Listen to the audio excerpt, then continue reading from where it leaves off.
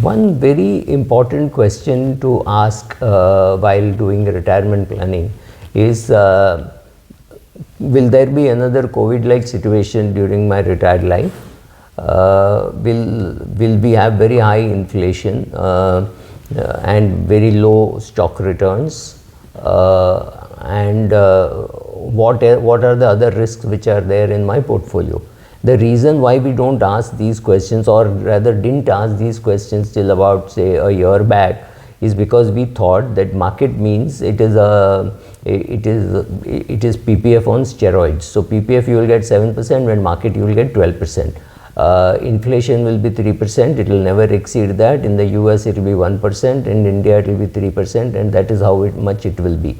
Interest rates will be very low, that house EMIs will always be very low, 6%, 6.5% is the rate at which I will get housing loans.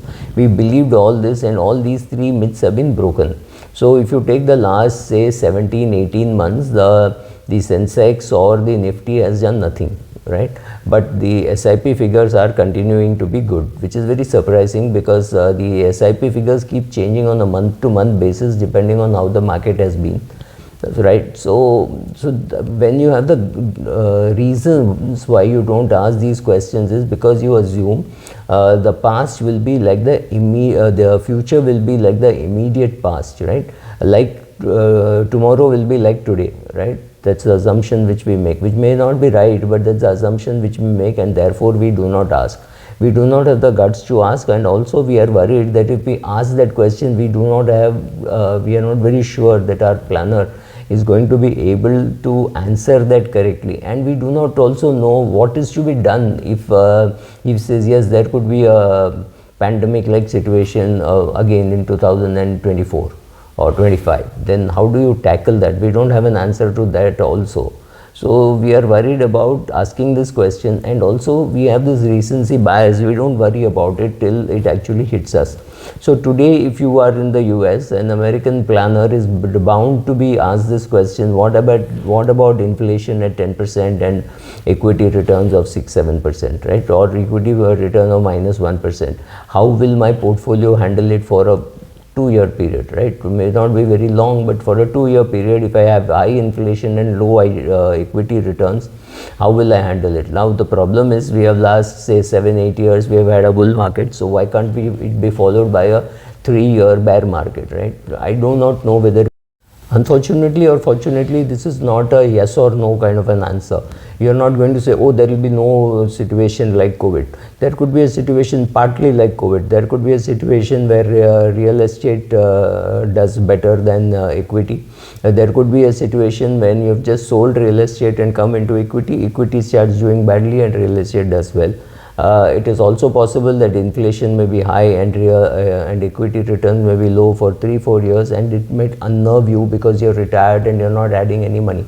In case of an SIP, when the market went down, you were happy that you were getting more units, but when you're withdrawing, if the market goes down, you might panic and say, let me put more money into more safer places like bank deposits, right? You might do any of these things. So it's better to be prepared and say, in case this happens, this is how I'm going to tackle it.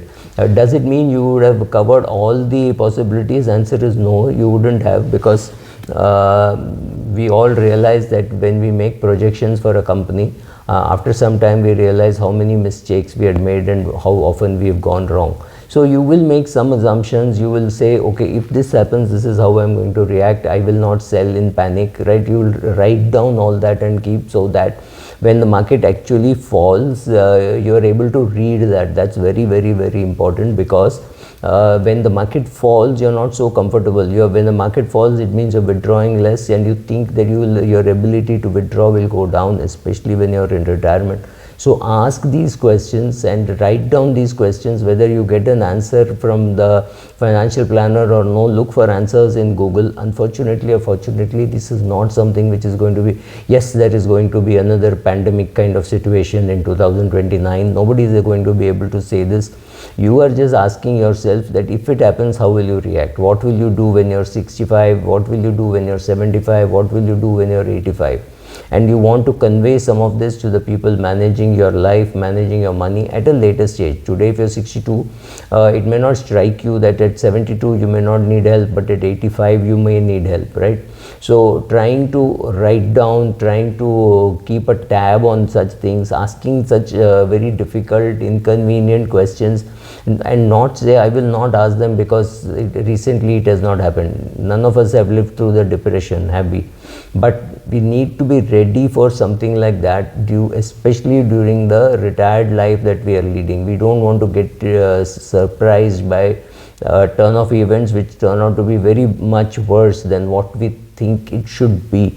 We need to be ready for such things. Maybe nothing like this will happen. Maybe there will be no pandemic for 300 years. I do not know, but asking these questions. I'm not trying to predict another COVID-like situation or another case where the market crashes for some other reasons. I'm just saying ask these questions and see how prepared are you. Right, so if you're talking of high inflation, it means your annuity income has to be high, or you should have enough bank deposits and you should be able to withdraw from it without worrying, because you also have an equity fund, equity or bucket number 2 or bucket number 3, which is growing very well, because during inflation times equity markets also do well, because people have to be compensated for the inflation also. So you say that look, it doesn't worry me that for 2 years if the market doesn't go anywhere, I don't care, because I have enough money for the next 7-8 years in debt funds. After that, what happens in the equity market will be of concern to me. Right now it's of no great concern. Now as a 40-year-old you can definitely say that, but as a 70-year-old to be able to say that, you should have built up a good bucket, bucket number 1, bucket number 2, bucket number 3. Only when you built up those buckets can you be very confident that bucket number 1 contains expenses for the next 10 years. You're already 72 and you think you won't even survive till 82. Then it should not really bother you. Or you say that look, I am a little concerned, so I might as well remove some more money from bucket number 2 and keep it in bucket number 1, because in bucket number 1 I have money only for 3 years or 4 years, right? So all those solutions are available, but provided you ask those questions. And also remember, there is no yes or no for any of these questions. Will inflation be high? Well, inflation is currently high, but will inflation come down? The answer is logically yes. But what happens if oil goes back? What happens if Ukraine, Russia turns out to be a nuclear war, right? Somebody backing Ukraine and instigating them, right? So all these things can happen. We do not know. We only know one thing: there is uncertainty, and we have to prepare for it. And to prepare for uncertainty, you have to at least ask questions which make the whole thing makes the whole thing very uncertain. Only when you have answers to all these questions, or answers to many of these questions, will you be at greater ease than you are at now. Thank you.